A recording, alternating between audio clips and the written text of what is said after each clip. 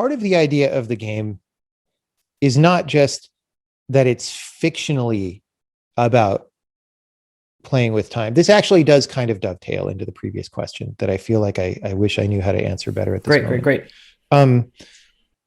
Like it's supposed to be about actually how time is different. And it's supposed to be about understanding the interesting details that arise there, right? So you go from world to world in that game, and time changes how it behaves in each world.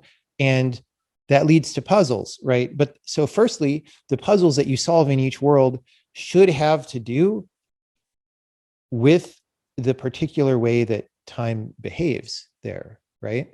Like if I could do a puzzle on world 4, but I also could have done that puzzle in world 2, it doesn't really belong on world 4, because world 4 is about understanding this other thing, right? Okay. Like what the way time behaves there, right?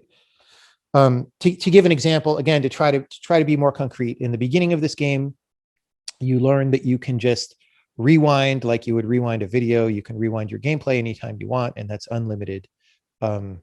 And then later, as you go through the different worlds, there are different elaborations on that. So in the next world, you can rewind, but then some things don't ever rewind. They always just go forward, right? And that gives you sort of two classes of things.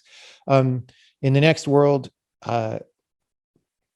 you can rewind, but also even when you're not rewinding, space and time are like projected onto each other. So time passes as you walk this way, and it goes backwards as you walk this way, right?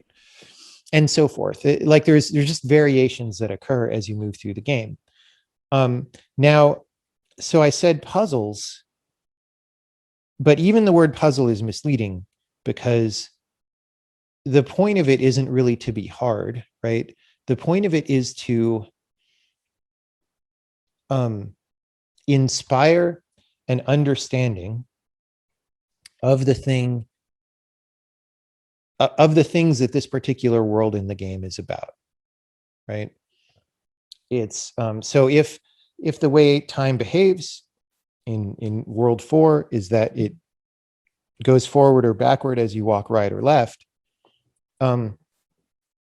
well, that basic rule leads to consequences. Like what are, in the same way that if you do some math and you start with a particular equation and you can like start factoring that and combining it with other things to see what the consequences are, right? Starting with that idea, it leads to some consequences, right? Paired with the initial conditions of these are the kinds of objects in the game and whatever, right? And so those consequences are interesting. And the goal of a puzzle in this kind of a game is to illustrate a consequence in such a way that hopefully when you've seen the consequence, it makes the puzzle understandable and solvable. Whereas when you haven't seen the consequence, the puzzle is not understandable. So it's not like an arbitrary,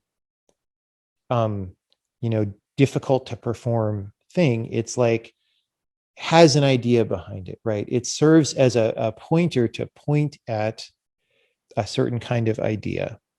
Like, oh, when when time goes backwards, when you walk left, well, you thought you had stomped on this monster's head before, and in some other level he would be gone and you could get past him, but now because you have to walk left to go up here, he's in your way now. You can't do that, right? That sounds very silly, like in of its own, right? But the point of all of this, right? So human beings actually find this kind of thing delightful. And I'm talking about it in a very sterile way, but human beings. There's this, well, it actually, it's a thing about human beings.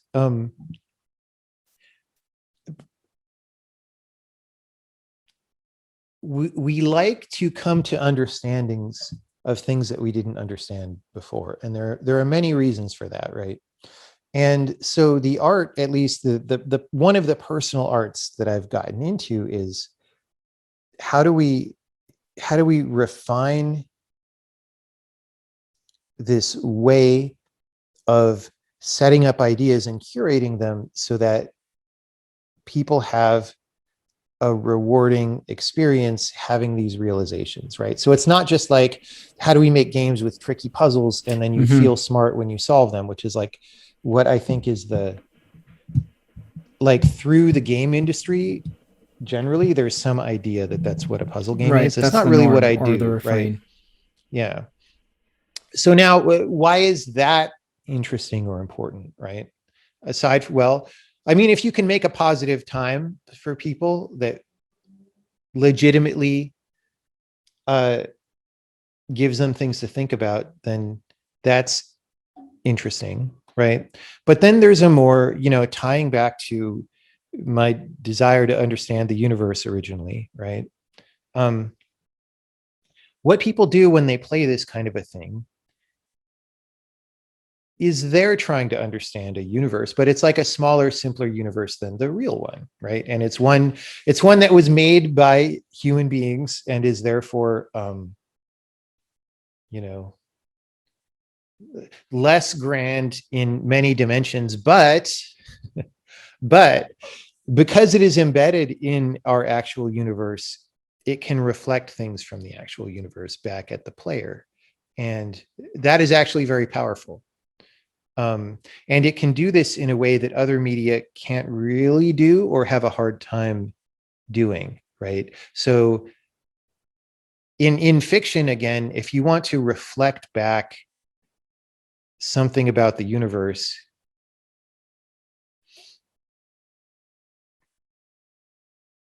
I mean, you can do that. Like, it's a different kind of reflection. I almost don't know what more to say about it. But in this type of thing where you have a system operating and evolving over time, right?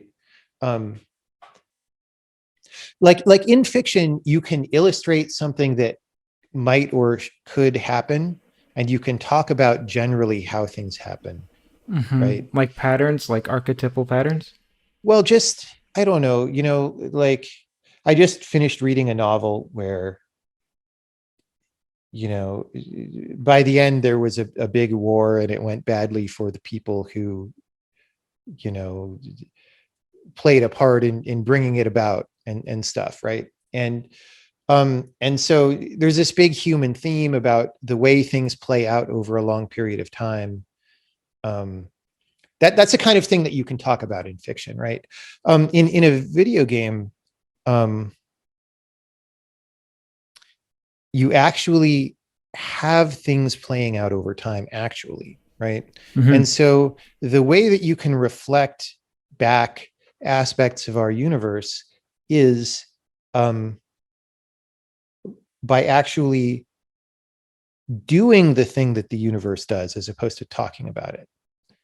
And that's actually pretty powerful, right? And so to step back, maybe I'm skipping a step or two here, but what's very interesting to me about the ability to work in this art form is, not just that you're giving people a hopefully positive, interesting experience where they got to, wrestle with tricks or puzzles that seemed impossible, and then they solved them and they got this great feeling that they solved them, right?